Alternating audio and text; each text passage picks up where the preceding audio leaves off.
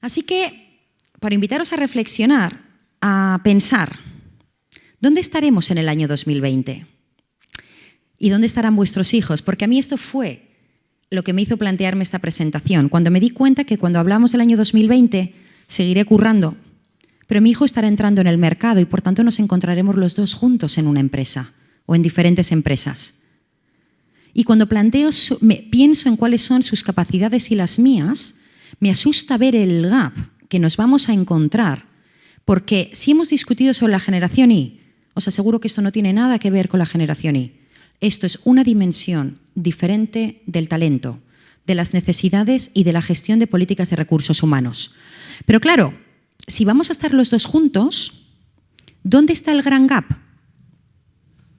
El gran gap está en nosotros mismos.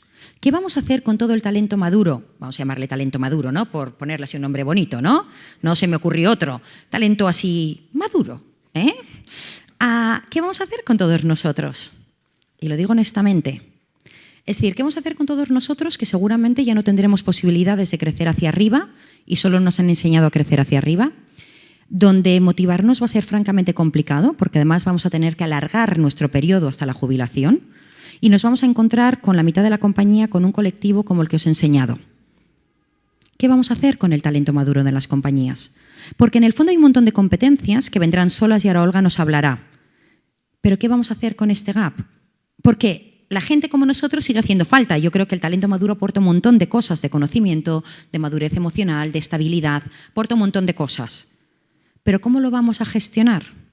Vuelvo a lo que he dicho, si la generación Y nos preocupaba, creo que lo que tenemos que pensar un poquito más en detalle es cómo nos vamos a enfrentar a este profundo gap que hay entre nosotros mismos y los niños que se van a empezar a incorporar en el año 2020 en nuestras compañías.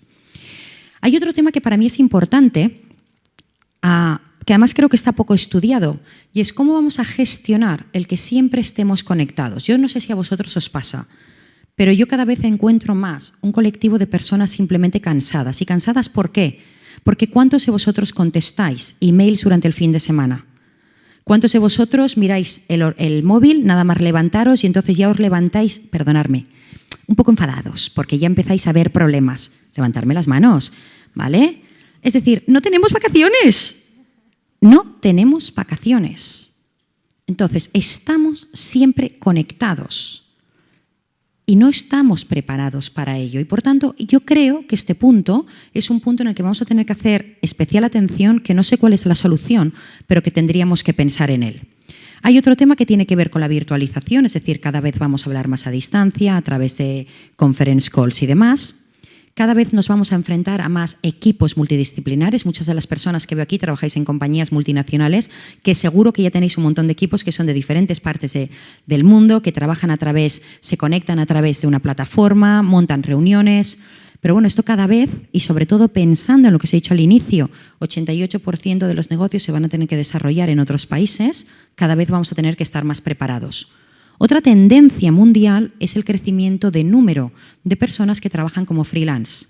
En Estados Unidos, en estos momentos, el porcentaje es del 50%. Claro, en un mundo en el que además el talento va a ser de verdad más escaso que el capital, porque tenemos esos 73 millones de puestos vacantes, las personas van a poder elegir.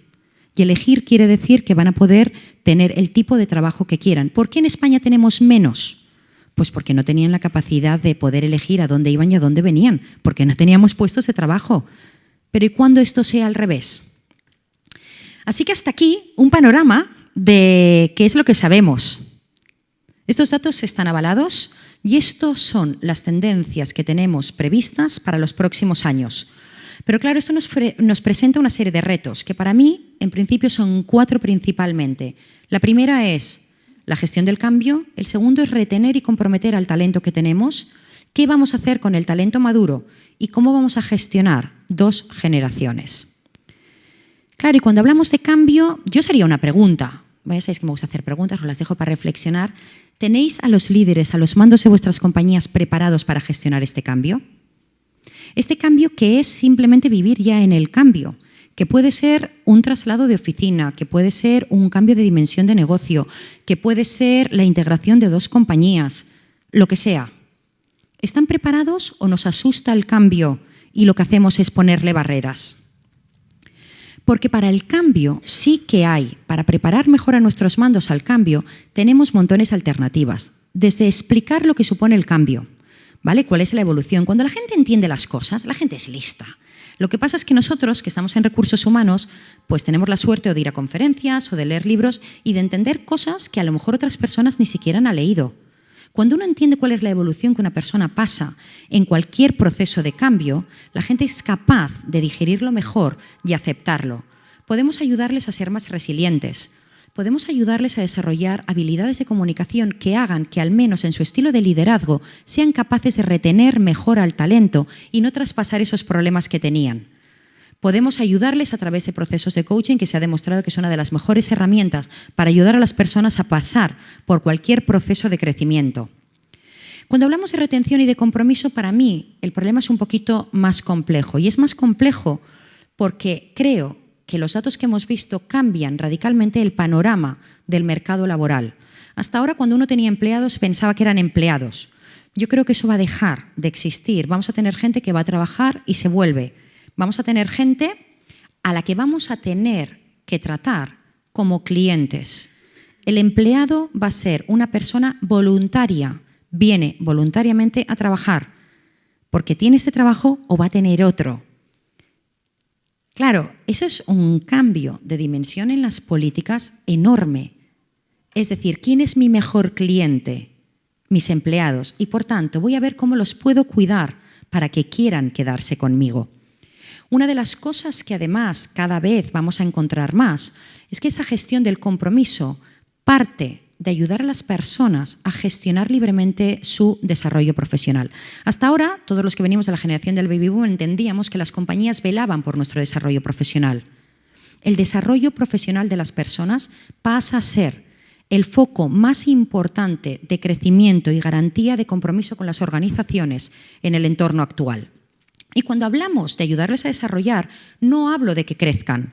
Lo que hablo es de que una persona puede ir arriba, una persona puede cambiar a un puesto inferior, una persona puede tener que dejar la compañía, puede simplemente aprender. Es decir, hay una variable que a mí me parece fantástica que se llama enriquecerse haciendo otras cosas. Una persona dentro de una compañía puede enseñar a otras y una persona dentro de una compañía puede compartir. Y por tanto, las dimensiones del desarrollo profesional pasan a ser diferentes. Ya no hablamos solo hacia arriba, sino que hablamos de una esfera global de desarrollo del ser humano. En Liggett Harrison hemos hecho una estadística a 374 profesionales de recursos humanos para preguntarles si ellos creen que tienen el talento adecuado para afrontar estos retos en sus compañías. Solo el 4% dijo que tenía el talento excelente para afrontarlo. El 4%. Yo os lo dejo como pregunta. ¿Tenéis el talento necesario para trabajar en esta dimensión? El 51% dijeron que uno de los focos en los que iban a incrementar el trabajo es en mejorar el desarrollo profesional y las opciones de carreras profesionales de los empleados, entendido en la esfera que os he dicho. Es decir, que no solo es crecer hacia arriba, sino es dejar que las personas sean libres, ¿vale?, y responsables sobre su propio desarrollo profesional. Y como soluciones a esta carencia del talento necesario, ellos proponían, o ellos decían que las 3 iniciativas que pensaban que tenían más éxito era, primero, generar oportunidades de carreras profesional; la segunda, ser reconocido como una marca empleadora, ¿vale?, y tener una recompensa o beneficios en función del puesto de trabajo. Es decir, si nos vamos a convertir, iba a decir mercenarios, queda un poco feo, pero efectivamente, es decir, el proyecto nos motiva, vamos, y si no nos motiva, no vamos. Al final lo que la gente espera es cuánto me das por ese proyecto, y lo que la empresa tiene que recibir son los resultados adecuados por lo que está pagando. Y esto simplifica a lo que nosotros nos estamos enfrentando en estos momentos. Cuando hablamos de talento maduro, efectivamente son temas que aquí tenemos que empezar ya a gestionar. ¿Cómo? Pues ayudándoles de alguna manera, pues yo os pongo ideas, hay muchas más, pues es desarrollar pools de mentores, ayudarles a trabajar en otros departamentos que se vayan enriqueciendo y que luego, por tanto, tengan una experiencia más multidisciplinar que nos puedan servir en un futuro, que trabajen para otros, que tengan coaching, que aprendan, que nos sirvan como palanca para hacer crecer la organización. Unos temas que también se están poniendo muy de moda, que ahora veremos, es el coaching, los procesos de mentoring al revés, de abajo arriba, de arriba abajo. Es decir, este talento lo necesitamos, pero vamos a tener que encontrar la fórmula de mantenerlo comprometido con nuestras organizaciones en el entorno que os he dicho y sobre todo en un entorno en el que uno está al final de su carrera, que ya no tiene posibilidades de crecer hacia arriba, pero que tiene que seguir trabajando. ¿Qué vamos a hacer? ¿Dejarlos ahí aparcados? ¿O empezamos a pensar en cuáles son las soluciones para aprovechar todo ese talento y comprometerlo con nuestra organización y que nos permita desarrollar el talento que viene? Soy consciente, sí. Cuando hablamos de 2 generaciones, pues soluciones muy parecidas, es decir, podemos hablar de mentoring de abajo arriba, podemos hablar sobre todo, para mí un tema muy importante, que es que la gente entienda dónde están las diferencias. Yo creo que el entendimiento, tanto en la gestión del cambio como en la diversidad, ayuda. A veces cuando uno explica por qué los jóvenes hoy en día son diferentes y la gente lo entiende, es decir, son hiperactivos porque están acostumbrados a un montón de información al mismo tiempo. Son capaces de hacer muchas tareas al mismo tiempo. Casi algunos casi como las mujeres. Pero es lo que les hemos educado y les hemos educado a la recompensa inmediata. Les hemos educado a la recompensa inmediata. No tienen por qué ver un programa de televisión que no les gusta. Es decir, ¿cuántas cosas hacen al día que no les guste más allá de ir al colegio? El resto, es verdad, lo pueden elegir.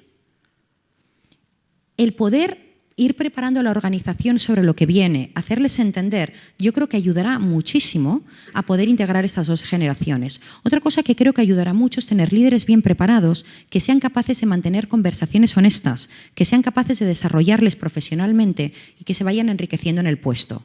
Es una generación que no va a aceptar el orden y mando y, por tanto, se va a quedar en aquellas compañías en las que crea que tiene un proyecto que le interesa y un proyecto que le permita enriquecerse, el tiempo que ese proyecto cumpla ese fin. Y sobre todo, como decía con la estadística, darles oportunidades de pensar en su carrera profesional, de crecer con carácter abierto. Es decir, no cuál es mi carrera profesional en esta compañía, sino qué es lo que yo quiero hacer con mi vida. Y a lo mejor eso implica que no pasa por vuestras empresas. Pero es decir, hasta que no les demos esta libertad, no les ayudemos a crecer profesionalmente, no querrán quedarse con nosotros. Así que, por acabar, está claro que muchas cosas pueden pasar. Estuve leyendo en Internet una estadística de las cosas predecibles para el año 2020. Ya había desde un meteorito, el fin del mundo, la desaparición de Facebook y la desaparición de todas las tiendas en la calle, ¿vale? Es decir, bueno, pueden pasar muchas cosas. Pero si seguimos como estamos actualmente y no pasa nada que tenga que ver con una tercera guerra mundial, un cambio de economía, algo absolutamente dramático, esto es a lo que nos vamos a enfrentar simplemente de aquí a 5 años. Así que yo os lo dejo porque ahora sí lo sabéis. Y por tanto yo creo que ahora no podemos poner excusas a poner solución a todos estos temas que van a ser cruciales para nuestro propio desarrollo y el desarrollo de nuestras compañías. Muchísimas gracias a todos.